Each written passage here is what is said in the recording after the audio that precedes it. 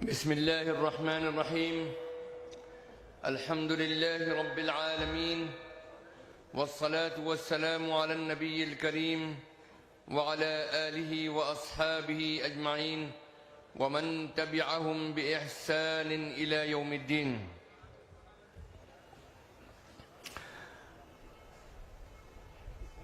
ملت اسلامیہ کے جان نثاروں، دینی حمیت کا چراغ دل میں جلانے والوں،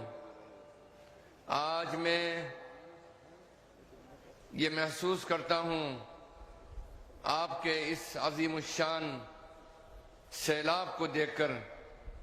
کہ انشاءاللہ دین متین کی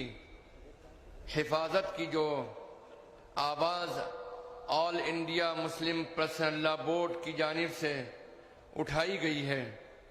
وہ صدا انشاءاللہ آج دلی کے سیاسی گلیاروں تک یقیناً پہنچ کر رہے گی۔ یہ قافلہ آج سے 52 سال قبل ہندوستان کے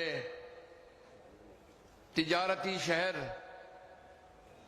بمبئی کے آزاد میدان سے یہ صدا بلند ہوئی تھی، اور ہندوستان کے تمام مسلکوں اور مشرب کے ذمہ داروں نے یہ فیصلہ کیا تھا کہ ہم کسی بھی حالت میں اس ملک کے اندر جمہوری اقدار کی حفاظت کے ساتھ ساتھ سب سے بڑا ملی فریضہ سمجھتے ہوئے دین متین کی حفاظت کے لیے ہر طرح کی قربانی دینے کو تیار ہیں۔ یہ 52 سال کے عرصے کے اندر بڑے بڑے اتار چڑھاؤ آئے، اور آج بھی ملت اسلامیہ کا یہ وقت بڑے سخت ترین دور سے گزر رہا ہے، اس معنی میں کہ اس آزاد ہندوستان کے اندر ہندوستان کا مسلمان جن ظلم و ستم کو برداشت کر رہا ہے، ہزاروں فسادوں کو جھیلا، بے روزگاری کو برداشت کیا، ہر میدان میں اس کو پیچھے ڈھکیلنے کی سازشوں کو جھیلا، لیکن آج ہمارے دین کو اور مذہب کو للکارا جا رہا ہے۔ تو میرے عزیزوں اور دوستوں اور اسلام کے جان نثار نوجوانوں، آج مسلم پرسنل لا بورڈ آپ کو یہ پیغام دینا چاہتا ہے اور یہ آواز دے رہا ہے کہ آپ اس کی آواز پر تمام جمہوری آداب اور قوانین کا لحاظ رکھتے ہوئے اور پرامن طریقے پر، اگر مسلم پرسنل لا بورڈ آپ کو یہ پیغام دے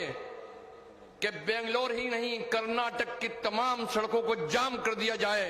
تو آپ اس کے لیے تیار ہو؟ اگر آپ کو یہ پیغام دے کہ آپ کے بنگلور کی اسمبلی کا گھیراؤ کرنا ہے،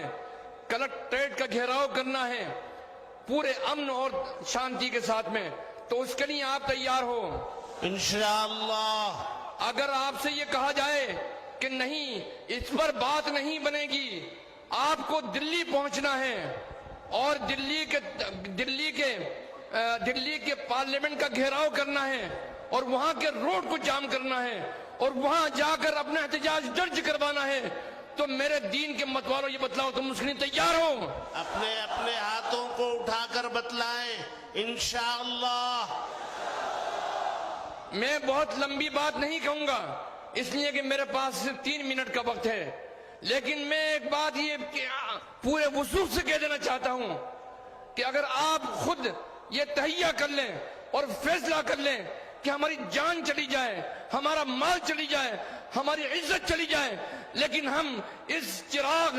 دین متین کے چراغ کو اپنے زندگی اپنے سینے کے اندر ہمیشہ ساتھ میں رکھیں گے، حفاظت کریں گے اور جائیں گے، تو اس سینے میں ایمان کی چنگاری لے کر دفن ہوں گے انشاءاللہ۔ انشاءاللہ۔ میرے عزیزوں اور دوستوں، اتباع محمدی علی صاحب الصلاۃ والسلام کے علاوہ کوئی تمہارا کوئی چارہ کار نہیں ہے، اس لیے میں یہ بات صاف طور پر کہہ دینا چاہتا ہوں کہ جب تک کہ تم اللہ سے تعلق قائم نہیں کرو گے، ان تمام جد و جہد کے اندر تم کو کامیابی حاصل نہیں ہوگی۔